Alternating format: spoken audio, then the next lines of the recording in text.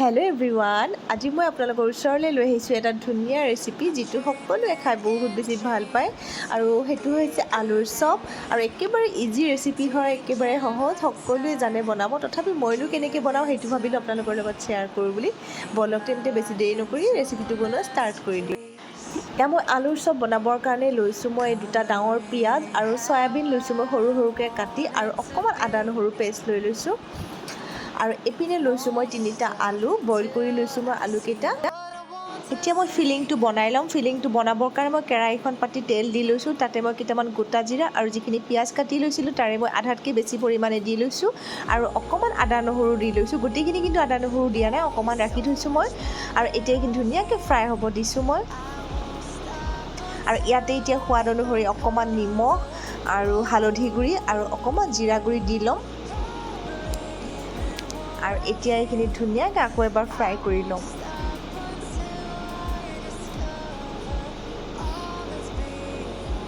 আৰু এইখিনি অকণমান টাইম ফ্ৰাই হোৱাৰ পিছত যিখিনি মই কাটি লৈছিলোঁ চয়াবিন সৰু সৰুকৈ কাটি থৈছিলোঁ সেইখিনিও মই ইয়াতে দি ল'ম। দি মেলি এতিয়া ধুনীয়াকৈ আকৌ এবাৰ ফ্ৰাই হ'ব দি দিম। আৰু ইয়াতে চয়াবিনৰ সলনি আপোনালোকে বেলেগো ব্যৱহাৰ কৰিব পাৰে। আপোনালোকে চিকেন দিব পাৰে, পনীৰ দিব পাৰে, আপোনালোকে যি ভাল পায় তেনেদৰে দিব পাৰে। আজি মই চয়াবিনে দি লৈছোঁ। আৰু শেষত মই দি লৈছোঁ অকণমান জালুকৰ গুড়ি। আৰু এইখিনি এতিয়া ধুনীয়াকৈ ফ্ৰাই হ'ব দিম অকণমান টাইম, বহুত বেছি টাইমো নালাগে, এইখিনি প্ৰায় হৈয়ে গৈছে। আৰু শেষত দি লৈছোঁ মই কেইটামান কাজু, সৰু সৰুকৈ কাটি পেলাই কাজুখিনি দি লৈছোঁ মই। আৰু এই যিটো মিশ্ৰণ এইখিনি অকণমান ড্ৰাই হ'ব লাগে, তেতিয়া আলুৰ চপটোত সুবিধা হয় বনাব। আৰু এইখিনি এতিয়া প্ৰায় হৈ গ'ল ৰেডি। এতিয়া মই গেছটো অফ কৰিলোঁ। আৰু নেক্সট মই আৰু এখন কেৰাহী পাতি লৈছোঁ, তাতে মই 2 চামুচমান তেল দি লৈছোঁ। আৰু যিখিনি পিঁয়াজ বাকী আছিলে সেই পিঁয়াজখিনি এতিয়া মই দি ল'ম ইয়াতে। আৰু অকণমান আদা নহৰু ৰাখি থৈছিলোঁ সেইখিনিও ইয়াতে দি দিম। এইখিনি মই আলুৰ লগত যিখিনি মছলা ব্যৱহাৰ কৰিম সেইখিনিৰ কাৰণে লৈছোঁ। আৰু এইখিনি বেছি টাইম ফ্ৰাই কৰিব নালাগে আৰু একো দিব নালাগে ইয়াতে, অকল পিঁয়াজ আৰু আদা নহৰুখিনি অকণমান কেঁচা স্মেলটো নাইকিয়া হ'বৰ কাৰণে ফ্ৰাই কৰি লৈছোঁ। পিঁয়াজ মই জাষ্ট ফ্ৰাই কৰি ল'লোঁ, সেইখিনি ইয়াতে দি লৈছোঁ।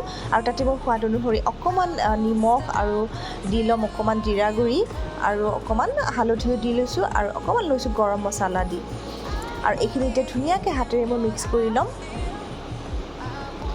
আৰু দি লৈছোঁ 2টা জলকীয়া, যিহেতু জ্বলা একো ইউজ কৰা নাই আগত, এটাও জলকীয়া দিয়া নাছিলোঁ মই, সেইকাৰণে শেষত অকণমান জলকীয়া দি লৈছোঁ। আৰু এইখিনি ধুনীয়াকৈ মিক্স হৈ গ'ল। এইপিনে মই এটা বাতিত 3 চামুচমান ময়দা লৈছোঁ, আৰু এইখিনি ধুনীয়াকৈ পানীৰে মিক্স কৰি ল'ম। আৰু ময়দাৰ সলনি আপোনালোকে কৰ্ণফ্ল'ৰ বা বেচনো ব্যৱহাৰ কৰিব পাৰে। আৰু এই দেখিছেনে মই এইখিনি অকণমান পনীয়াকৈ ৰাখি দিছোঁ। আৰু এইপিনে মই লৈ লৈছোঁ ব্ৰেড ক্ৰাম্বছ। এইখিনি মই ব্ৰেডখিনি ধুনীয়াকৈ মিক্সিত মাৰি পেলাই ব্ৰেড ক্ৰাম্বছ বনাই লৈছোঁ, আৰু এইটো বহুত বেছি ইম্পৰ্টেণ্ট। আৰু এতিয়া মই আলুৰ চপ বনোৱা ষ্টাৰ্ট কৰি দিলোঁ। প্ৰথমে হাতত মই অকণমান ৰিফাইন লগাই লৈছোঁ যাতে হাতত লাগি নধৰে। আৰু অলপ অলপকৈ আলু মই হাতৰ তলুৱাত লৈ পেলাই চেপেটা কৰি লৈছোঁ। আৰু যিখিনি ফিলিঙৰ কাৰণে মছলা ৰেডি কৰিছিলোঁ সেইখিনি তাত সোমোৱাই দিছোঁ, অলপ অলপ দি পেলাই এনেকৈ ধুনীয়াকৈ লাড্ডু বনাই লৈছোঁ মই। অকণমান দীঘলীয়া টাইপ কৰি লৈছোঁ, আৰু আপোনালোকে যেনেকৈ ভাল পায় তেনেকৈ ল'ব পাৰে, আপোনালোকে সুবিধা অনুযায়ী ল'লেই হ'ল। আৰু যিখিনি মই ময়দা গুলি লৈছিলোঁ সেইখিনি অকণমান লেটিয়াই ল'ম ইয়াতে।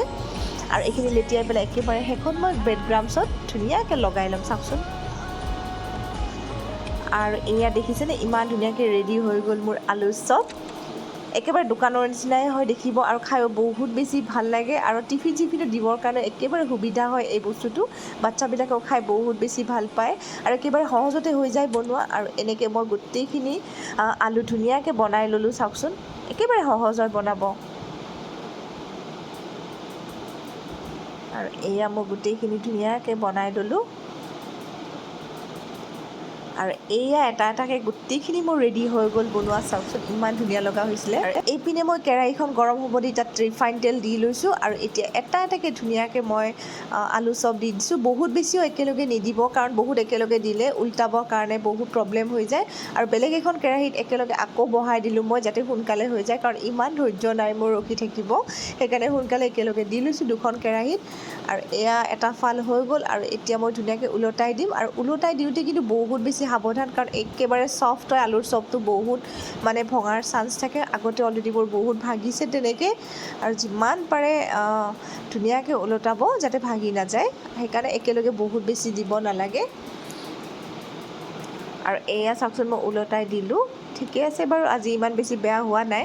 আৰু এয়া মোৰ হৈ গ'ল ৰেডি চাওকচোন ইমান ধুনীয়া হৈছিলে আৰু এইপিনে চাওকচোন গোটেইকেইটা কিন্তু ভাল হোৱা নাই দেই এই দুটা ভাগি থাকিলে চাওকচোন ইমান বেয়া লাগিলে মনটো তথাপি গোটেইকেইটা যে নাভাঙিলে আৰু এয়া মই এতিয়া ধুনীয়াকৈ গৰম গৰম গাখীৰ চাহৰ লগত খাব লৈছোঁ আলুৰ চপ বহুত বেছিয়ে টেষ্টি হৈছিলে খাই একেবাৰে দোকানৰ নিচিনাই লাগিছিলে খাই আৰু এনেকৈ যদি খোৱা নাই খাই চাবচোন আপোনালোকে সঁচাকৈ বহুত বেছি ভাল পাব যদি ভিডিঅ'টো চাই ভাল লাগিলে ৰেচিপিটো যদি ভাল লাগিলে তেনেহ'লে প্লিজ লাইক শ্বেয়াৰ কমেণ্ট কৰিব নাপাহৰিব